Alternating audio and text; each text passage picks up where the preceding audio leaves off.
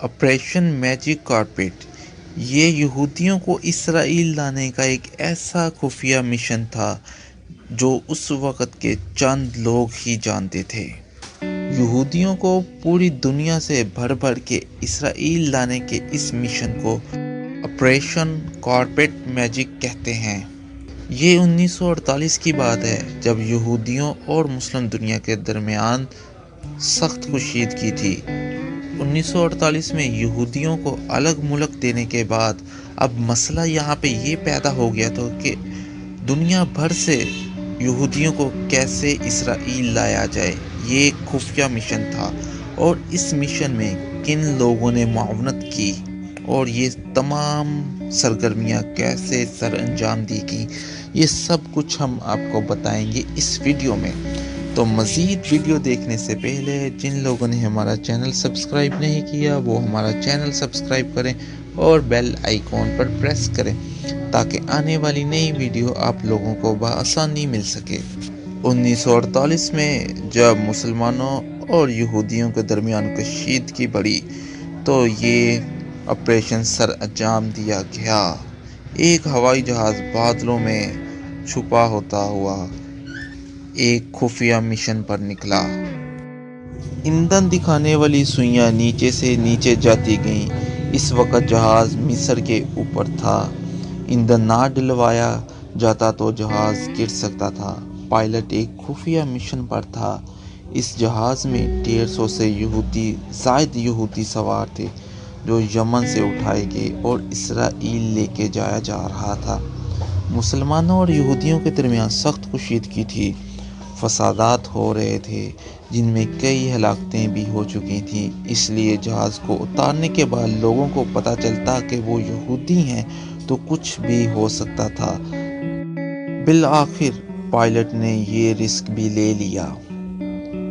انتظامیہ سے رابطہ ہو چکا تھا، صرف ایندھن لینا تھا۔ جیسے ہی جہاز اترا ایئرپورٹ حکام جہاز کی چیکنگ کے لیے آئے تو پائلٹ نے یہ کہا کہ مسافروں کو ہسپتال پہنچاؤ، کیونکہ جواب دیا گیا یہ سب چیچک کے مریض ہیں اور یہ علاج کے لیے انہیں ہسپتال ایک علاقے میں لے جایا جا رہا ہے۔ اس وقت چیچک کی وبا ساری دنیا میں پھیلی ہوئی تھی، اس وجہ سے تمام لوگ اس سے خوفزدہ تھے۔ انتظامیہ نے مسافروں سے دور رہنے میں ہی عافیت جانی اور جلد ہی اسے ایندھن دے کر روانہ کر دیا کہ کہیں جراثیم نہ یہاں پر بھی پھیل جائیں۔ اس آپریشن کو میجک کارپیٹ کہا جاتا ہے۔ یہ سنسنی خیز واقعات میں سے ایک واقعہ ہے اور جہاز اڑانے والے پائلٹ تھے امریکہ سے، جنہیں رابرٹ ایف گوائر، جو اس تمام آپریشن کے سربراہ تھے۔ 1948 میں اسرائیل کے قیام کے بعد 10 لاکھ یہودیوں کو مشرق وسطیٰ، افریقہ اور دیگر ممالکوں سے بھر بھر کے جہازوں میں بھر بھر کے اسرائیل لایا گیا اور انہیں یہاں پہ آباد کیا گیا۔ 1947 میں جب اقوام متحدہ نے فلسطین کو یہودیوں اور عرب ٹکڑوں میں تقسیم کرنے کا فیصلہ کیا تو دیگر مقامات پر موجود یہودی غیر محفوظ ہو گئے۔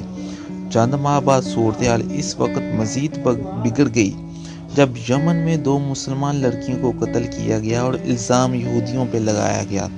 پھر فسادات شروع ہو گئے اور یہودیوں پر حملے ہونے لگے، جس پر امریکہ اور اسرائیلی حکومتوں نے یہودیوں کو اسرائیل منتقل کرنے کا منصوبہ بنایا۔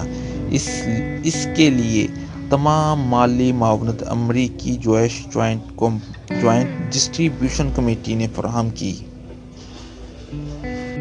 منصوبے کو حتمی شکل دینے کے بعد امریکہ اور اسرائیلی حکومتوں نے یمن کے شاہ سے رابطہ کیا۔ یمن کے شاہ نے ایک شرط پہ یہودیوں کو لے جانے کی اجازت دی کہ یہودیوں کو لے جانے والا جہاز یمن کی سرزمین کے اوپر سے نہیں گزرے گا، بلکہ وہ یمن سے آگے ایک شہر عدن کی ٹرانزٹ کیمپ سے یہودیوں کو اٹھائے گا، جو اس وقت انگریز حکومت کے پاس تھا۔ اسی کیمپ سے یہودیوں کو اٹھایا جائے گا۔ اس کے بعد اس آپریشن کو سر انجام دینے کے لیے تیاریاں شروع کر دی گئیں۔ یہ کیمپ یمن سے